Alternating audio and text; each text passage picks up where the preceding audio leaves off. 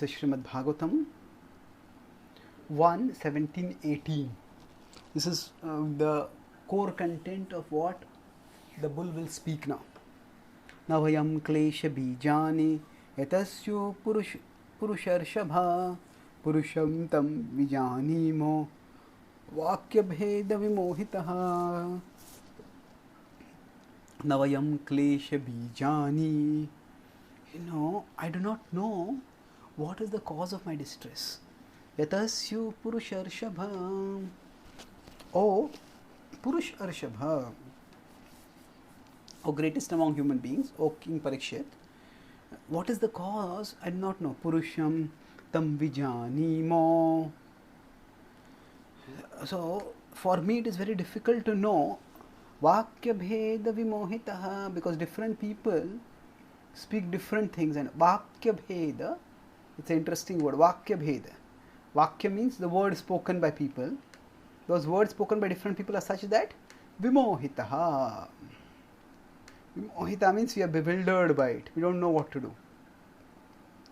So one of the themes in this scripture is that sometimes the many kinds of philosophies or messages that are given in scripture,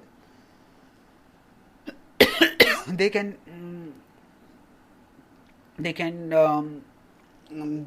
confuse us. Before we go into that point, let's see, here the answer may seem to be obvious. Isn't it that this person Kali is attacking you, this person Kali is responsible for your suffering? So he says, I am not looking at the cause of klesha, I am looking at the cause of klesha bijani.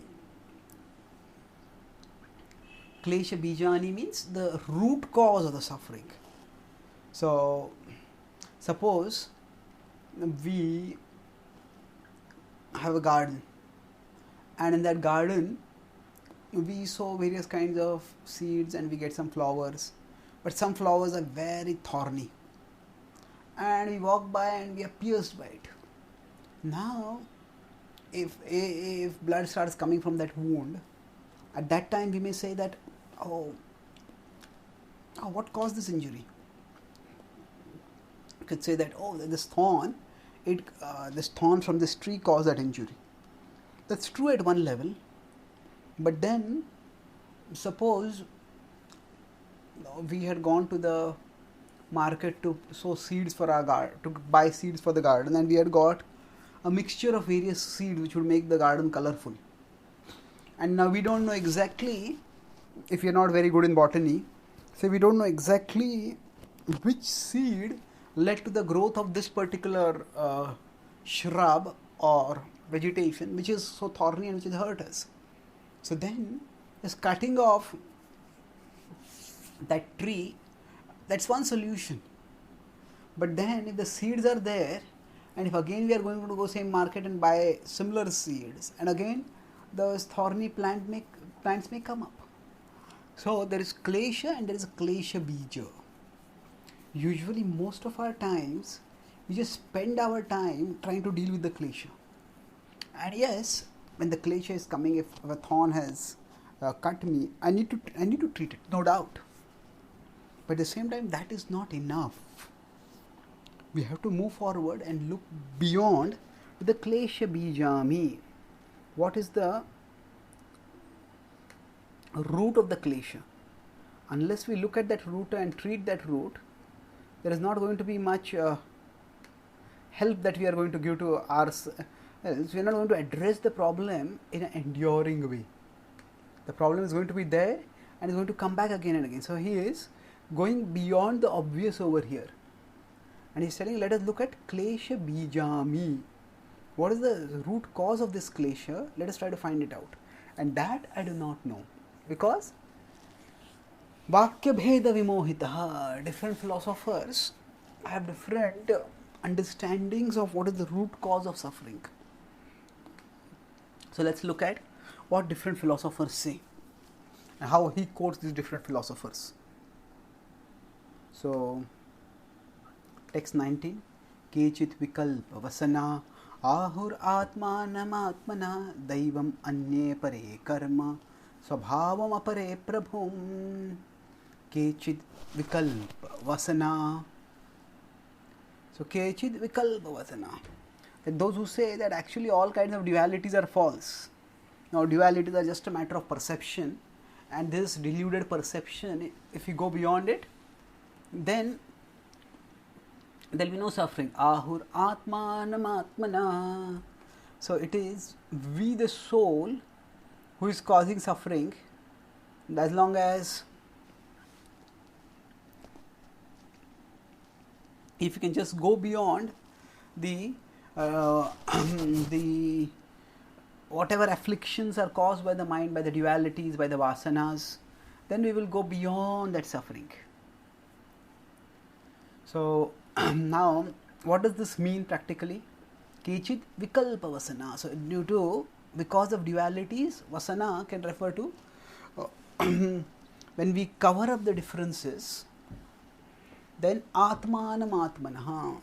So as long as we think this is good and this is bad, we suffer.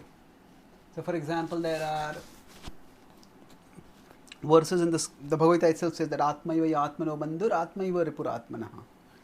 Parikshit Maharaj also says that there is no enemy for us apart from the mind, uncontrolled and misguided mind. So the word Atma can refer to the soul, Atma can refer even to the mind. Basically, it could be said that we ourselves are the cause of the suffering. If we just become detached, then we will have no more suffering. Say India, Pakistan had a cricket match and India lost the cricket match, and we are suffering. But there might be so many other people who might not be so invested in the match and they will not suffer. So the cause of our suffering is not just Pakistan losing the match. The cause of our suffering is our mind being attached to the cricket. So if we could just become free from that attachment, then we would not suffer. So it is, we can say that we are the cause of our suffering. Daivam apan anye pare karma. So swabhavam apare prabhum. So he gives 4 causes totally in this verse. Some people say it is daiva. Some people say that actually it is destiny. It is the destiny coming through the various grahas, which is the cause of suffering. Some say it is karma. It's interesting, daiva and karma are presented here as 2 different things. The point is that actually daiva refers to the broad sum total of our destiny.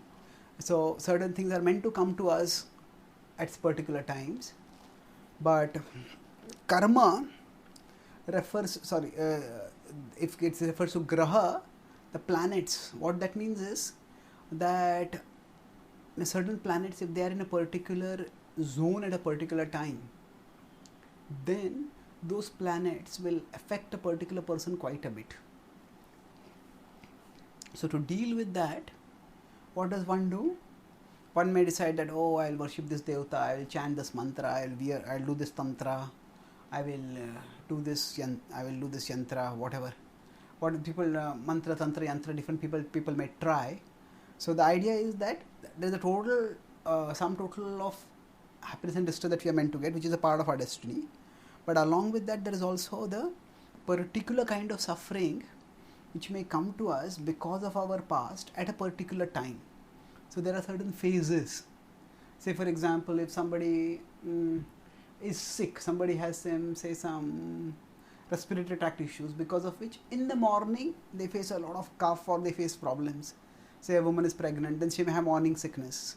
So there are phases in which particular phases which are troublesome, particular time phases, and then one may have to make some plans to deal with those time phases appropriately. So basically, when somebody says that I got a Shani Dasha or a Mangal Dasha, that Saturn or some other planet is unfavorable for me, that means there's a phase which one is going through, and that is associated with the grahas.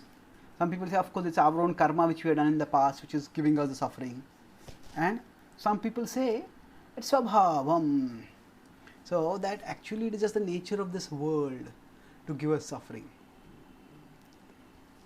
So for example, now we ourselves may use this reasoning sometimes.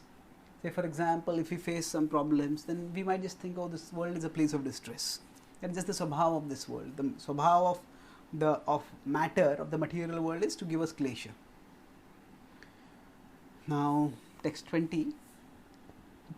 Apratarkyad anirdeshyaditi keshvapi nishchayaha atranurupam rajarashe bhimrishya swamanishaya.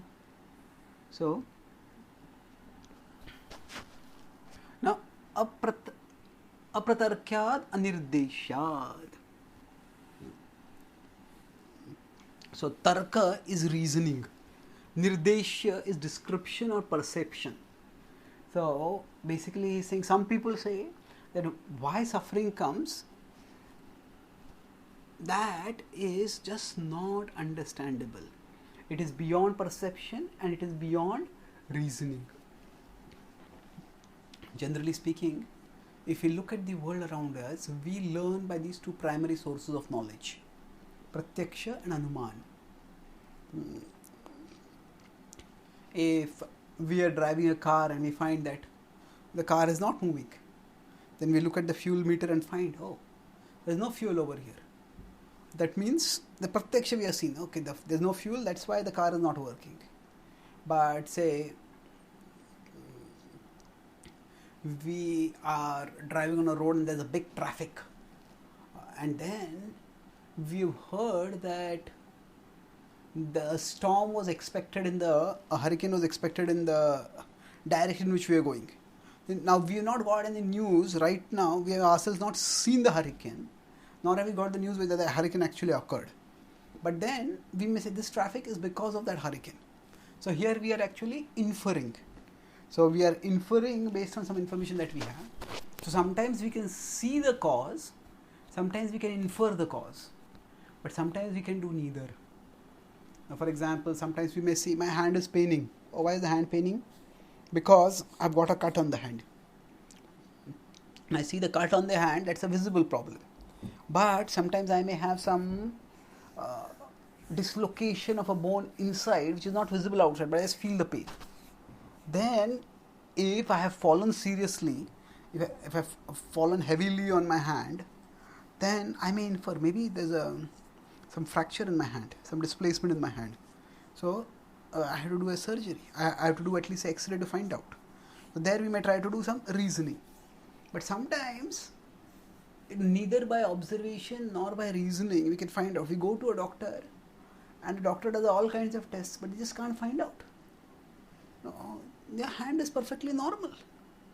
But that's what the doctor says, or at least that's what the reports say. But as far as your experience is, there is absolutely nothing normal about the hand. There is unbearable pain over there. So sometimes the pain is such that apratarkyad anirdeshyad. So actually we just can't understand sometimes why sufferings come. So now Chakravarti Path goes into an elaborate commentary over here, that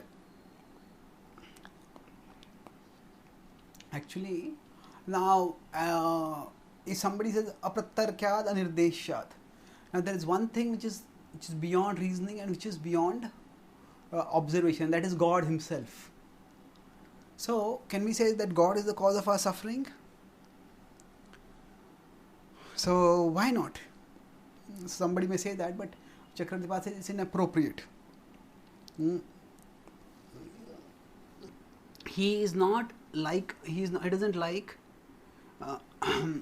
have particular likes or dislikes. So he may give sometimes some suffering, but we cannot know why he is giving that suffering. So we cannot even know whether he is exactly giving that suffering. So there is a similar theme in the Bhagavatam earlier in the 9th chapter. Nayasya karichid rajin puman veda viditsatam yad vigyasaya yukta muhyanti kavayopihi. Nayasya karichid rajin puman veda viditsatam. But actually his plan nobody can understand. And yad vigyasaya yukta, even the wise people, kavayo, they also muhyanti, they also get bewildered when trying to understand his plan. The idea is that we have to respond in a way that is favorable for our devotion.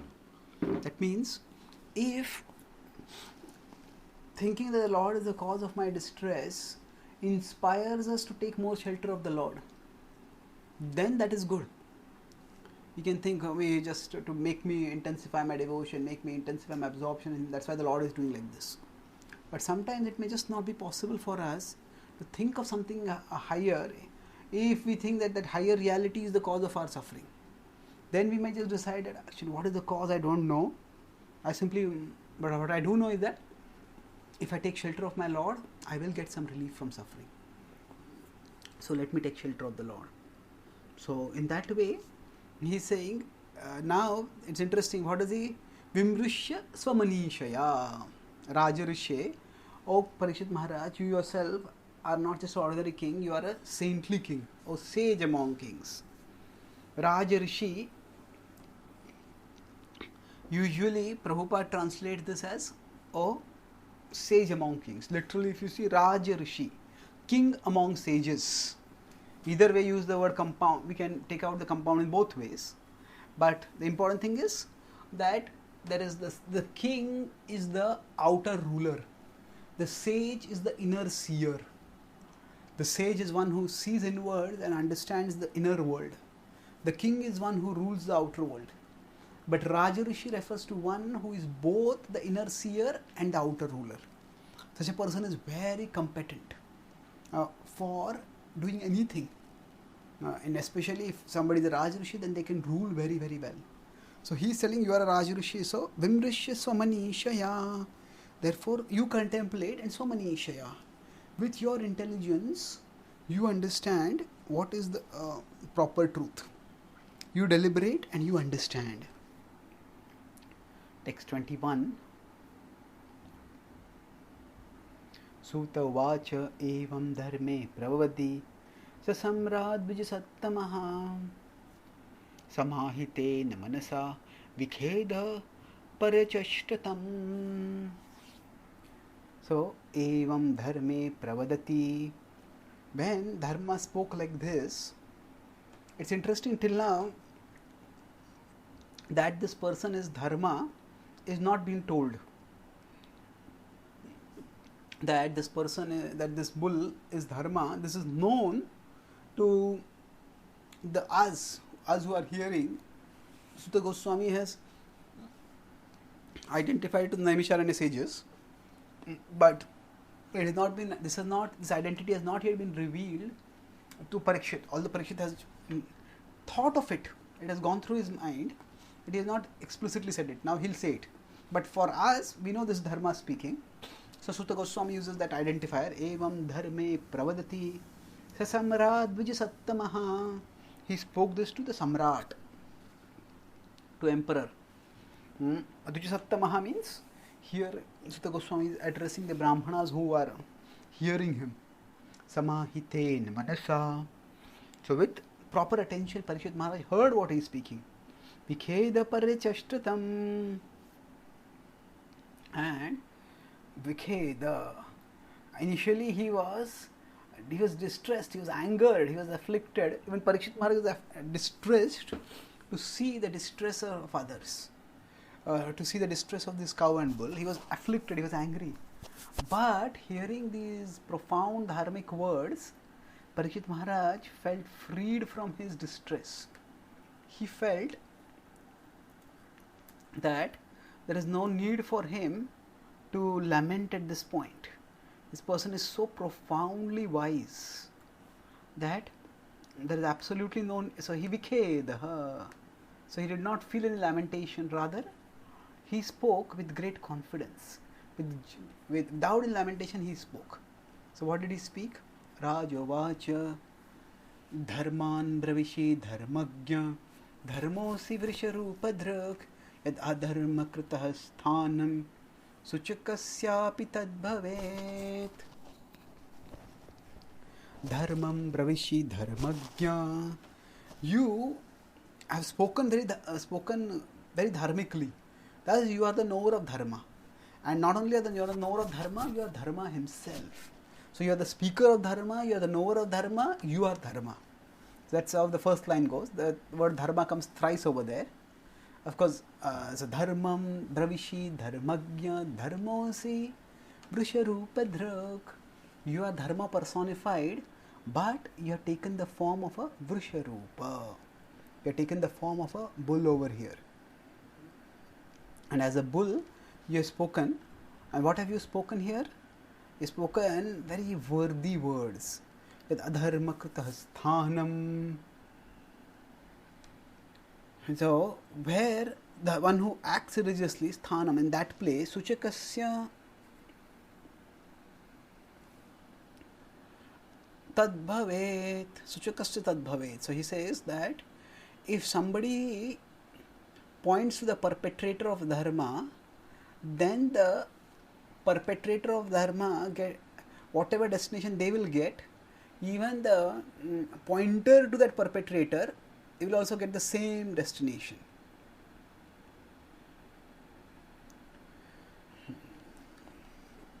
So this doesn't mean that literally speaking, a murderer or a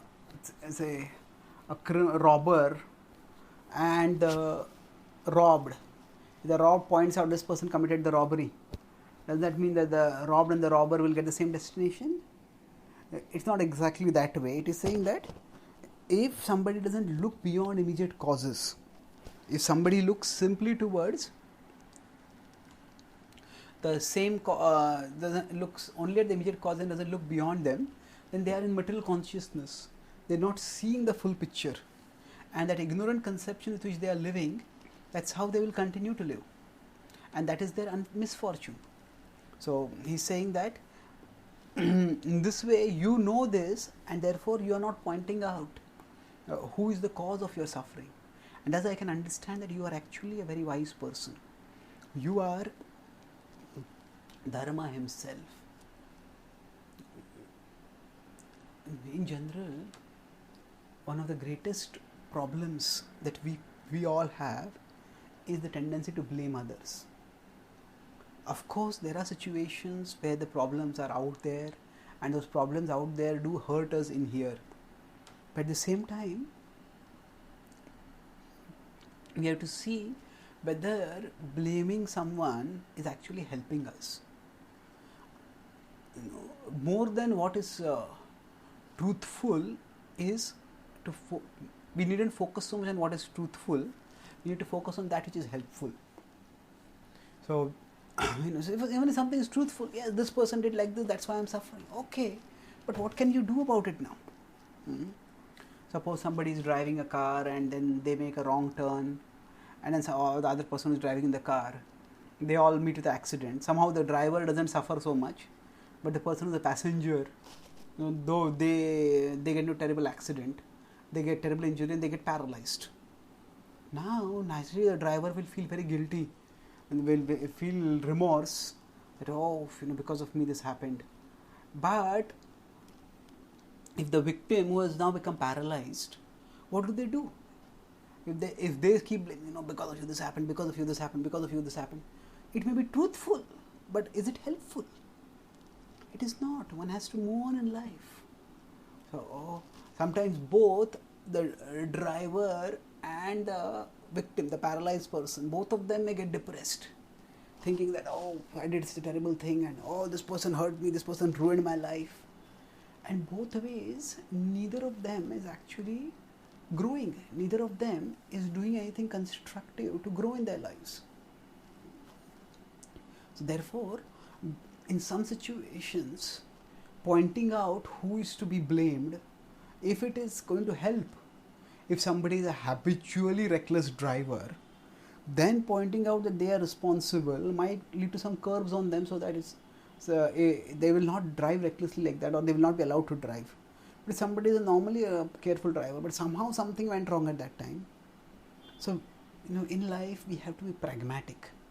Pragmatic means that we have to see what helps, what works, and move on. Sometimes some people may have done some terrible wrongs to us, but thinking about that, we may be thinking of something which is true. It's truthful, but it's not helpful. So you need to focus on that which is helpful. How can I move forward in my life? So now, text 23, Athava deva mayaya nunam gatiragochara chetaso vachasaschapi Bhutanamiti nishchayah. So, athava deva mayaya. Certainly, deva mayaya. So, deva mayaya is the maya shakti of the Lord, that is beyond. Nunam gatiragochara. The way the Lord's energies work, the Lord's maya works, nunam gatir agochara. Its movements are inconceivable. So, chetaso vachasaschapi. So, here gochara refers to the senses. Generally, go refers to senses. Agochara means that which is beyond the senses. Chetasa vachasaschapi. Chetaso vachasaschapi. That means it is beyond the senses and is beyond even the speech. Bhutanamiti nishchayah. That the living entities have to conclude that we all have to conclude that the Lord's energy, the way the Lord's energies move, that is just beyond us. So it earlier said apratarkyat anirdeshyad. That's what the bull had said, and the bull had told you think about it and you figure it out. Vimrishya manishaya. So he's figuring it out and he's saying actually it is beyond our capacity to perceive. Gatiro gochara chetasa vachasaschapi. Sometimes the way we work in life is by simply acknowledging the inconceivability of certain things. In some situations, some things can be perceived. In some situations, something just can't be perceived. The cause of certain things we may just not know, and we have to learn to live with it. If we don't learn to live, we simply hurt ourselves. We simply afflict ourselves. Iti nishchayah. So here there's a time to use our intelligence, and there's a time to use our intelligence to understand that the intelligence is of no use. So one use of the intelligence is to know that the intelligence is of no use. Why is that? Because we are finite beings, the world is infinite, and why something is happening, it's just not sometimes possible for us to know. So therefore, we have to acknowledge the reality of the situation and deal with that reality as it exists. So now he will go on and he will speak about how this particular situation has come about.